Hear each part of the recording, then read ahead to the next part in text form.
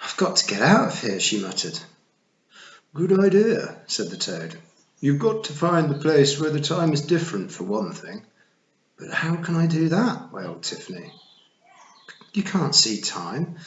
She stuck her arms through the entrance hole and pulled herself up into the fresh air.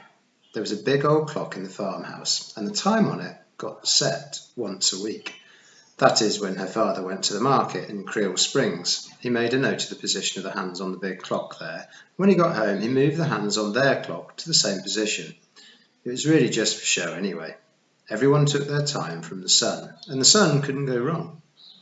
Now Tiffany lay amongst the trunks of the old thorn bushes whose leaves rustled continuously in the breeze. The mound was like a little island in the endless turf. Late primroses and even a few ragged foxgloves grew up here in the shelter of the thorn roots. Her apron lay beside her where she had left it earlier. "She could have just told me where to look," she said. "But she didn't know where it would be," said the toad. "She just knew the signs to look for."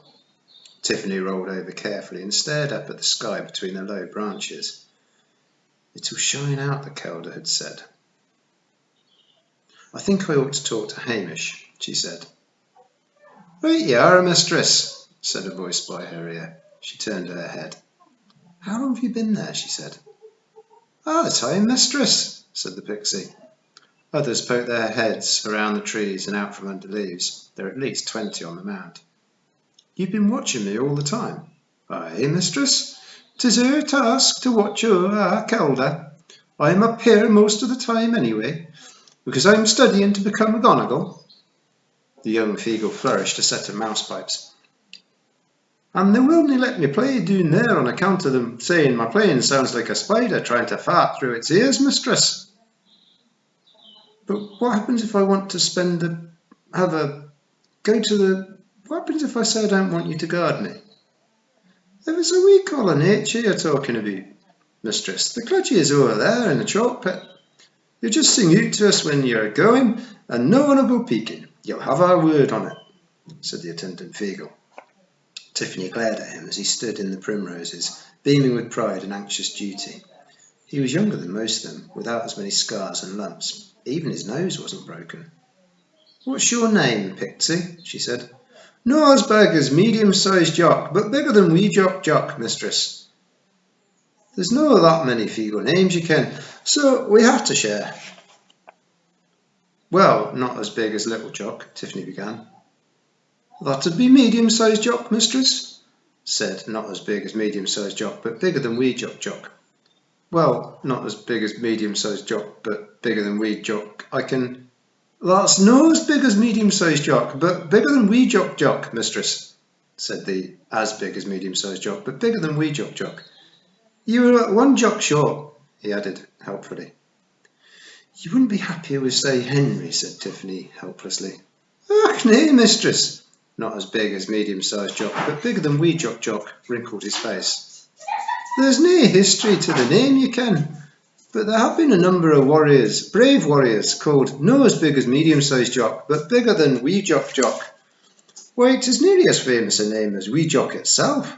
And of course, should wee Jock himself be taken back to the last world, then I'll get the name of wee Jock, which isn't to say that I mislike the name of no as big as medium-sized Jock, but bigger than wee Jock, you ken. There's been many a fine story of the exploits of no as big as medium-sized Jock, but bigger than wee Jock, the pixie added, looking so earnest that Tiffany didn't have the heart to say that they must have been very long stories.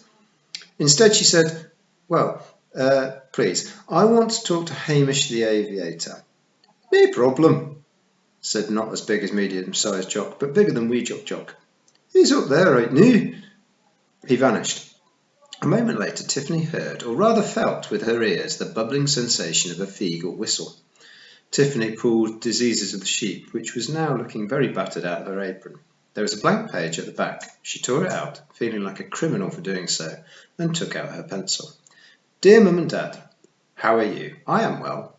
Wentworth is also well, but I have to go and fetch him from where he is staying. I hope to be back soon, Tiffany. P.S. I hope the cheese is all right." She was just considering this when she heard a rush of wings overhead. There was a whirring noise, a moment of silence, and then a small, weary and rather muffled voice said, "Ah, Crivens!" She looked out onto the turf. The body of Hamish was upside down a few feet away. His arms with their swirlers were still outstretched. No words could describe what a feegle in a kilt looks like upside down, so they won't try. It took some time to get him out. If he landed headfirst and spinning, Tiffany was told, he had to be unscrewed in the opposite direction so that his ears didn't come off. When he was upright and swaying unsteadily, Tiffany said, "Can you wrap this letter round a stone and drop it in front of the farmhouse where people will see it?" "Aye, mistress." "And does it hurt when you land head first like that?" "Nay, mistress, but it is awful embarrassing." "Then there's a sort of toy we used to make that might help you," said Tiffany. "You make a kind of bag of air." "Bag of air?" said the aviator, looking puzzled. "Well, you know how things like shirts billow out on a washing line when it's windy? Well, you just make a cloth bag and tie some strings to it, and a stone to the strings, and when you throw it up, the bag fills with air and the stone floats down." Hamish stared at her. "Do you understand me?" said Tiffany. "Oh, aye. I was just waiting to see if you was going to tell me anything else," said Hamish politely. "Do you think you could borrow some fine cloth?" "Nay, mistress, but I can well where I can steal some," said Hamish. Tiffany decided not to comment on this. She said, "Where was the Queen when the mist came down?" Hamish pointed. "About a half-mile yonder, mistress." In the distance, Tiffany could see some more mounds and a few stones from the old days. Trilithons they were called, which just meant 3 stones. The only stones found naturally on the downs were flints, which were never very big, but the stones of the trilithons had been dragged from at least 10 miles away and were stacked like a child stacks toy bricks. Here and there the big stones had been stood in circles. Sometimes one stone had been placed all alone. It must have taken a lot of people a long time to do all that. Some people said there'd been human sacrifices up there. Some said they were part of some old religion. Some said they marked ancient graves. Some said they were a warning. Avoid this place. Tiffany hadn't. She'd been there with her sisters a few times as a dare, just in case there were any skulls. But the mounds around the stones were thousands of years old. All that you found there now were rabbit holes. "Anything else, mistress?" said Hamish politely. "Nay, then I'll just be going." He raised his arms over his head and started to run across the turf. Tiffany jumped as the buzzard skimmed down a few yards away from her and snatched him back up into the sky. "How can a man 6 inches high train a bird like that?" she asked, as the buzzard circled again for height. It all takes a wee drop of kindness." "Mistress," said not as big as medium-sized Jock, but bigger than wee Jock. "Really?" "Aye, and a big dollop of cruelty," not as big as medium-sized Jock, but bigger than wee Jock went on. "Hamish trains him by running around in a rabbit skin until a bird pounces on him." "That sounds awful," said Tiffany. He's not too nasty about it. It just knocks him out with his head. And then he's got a special oil he makes, which he blows up their beak." Not as big as medium-sized Jock, but bigger than wee Jock went on. "When they wakes up, they thinks he's their mammy, and it'll do his bidding." The buzzard was already a distant speck.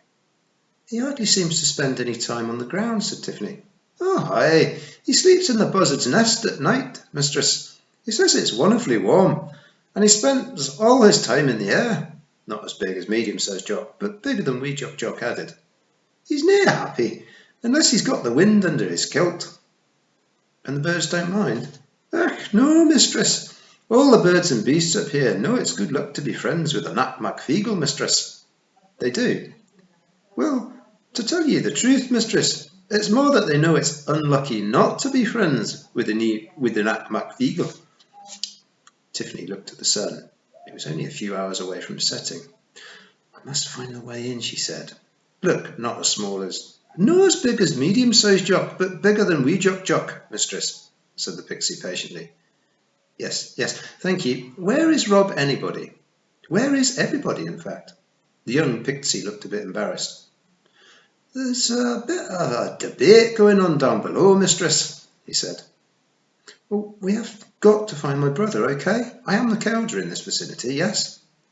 It's a wee bit more complicated than that, mistress. They're discussing ye. Discussing what about me? Not as big as medium-sized Jock, but bigger than wee Jock looked as if he really didn't want to be standing there. They're discussing, they... Tiffany gave up. The pixie was blushing. Since he was blue to begin with, this turned him an unpleasant violet colour. I'll go back down the hole. Give my boots a push, will you, please? She slid down the dry dirt, and Feagles scattered in the cave below as she landed. When her eyes got accustomed to the gloom once more, she saw that the galleries were crowded with pixies again. Some of them were in the middle of washing, and many of them had, for some reason, smoothed down their red hair with grease. They all started at her as if caught in the act of something dreadful.